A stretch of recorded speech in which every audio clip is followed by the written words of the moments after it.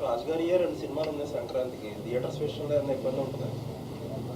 అంటే రాజుగారికి 3 సినిమాలు నైజాం ఆయనే కదా. సో రాజుగారు ఎప్పుడైనా ఆయన సినిమాల కంటే నా సినిమాకి ప్రయారిటీ ఎక్కువ ఇస్తారు. సో నాకు ఆయనతో ఆ విషయంలో ఎప్పుడు ప్రాబ్లం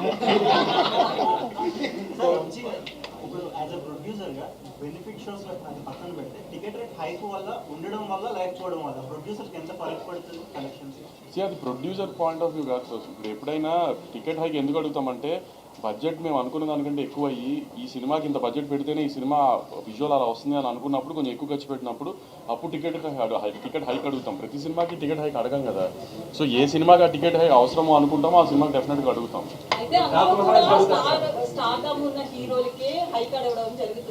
సో ముఖ్యంగా బడ్జెట్ లో హీరోలు ఎక్కువగా తీసుకోవడం వల్ల ఎఫెక్ట్ అవుతుంది అనుకోవచ్చు. అది తగ్గించే ఆలోచనలు ఏమన్నా ఉందా?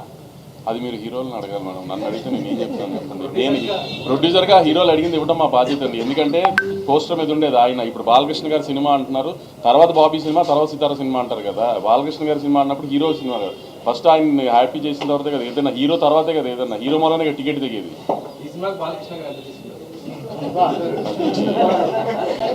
మీరు ఇలాంటి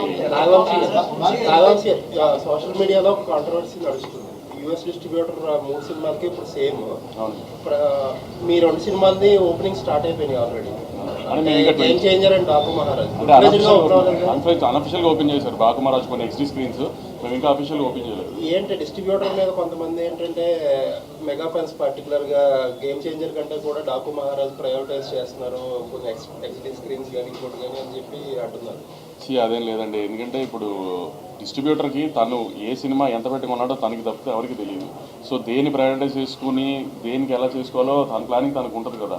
ఫ్యాన్స్కి వాళ్ళకు ఉండే ఎక్సైట్మెంట్ వాళ్ళకు ఉంటుంది. కొంచెం ఇంకా ఇది ఓపెనింగ్ ఇది ఏదండి స్లోగా ప్రాసెస్ చేసుకుని అన్ని స్క్రీన్స్ ఓపెన్ అవుతాయి. గేమ్ చేంజర్ 10th హ్యూజ్ రిలీజ్తోనే ఓపెన్ అవుతుంది, హ్యూజ్ నెంబర్స్తోనే ఓపెన్ అవుతుంది.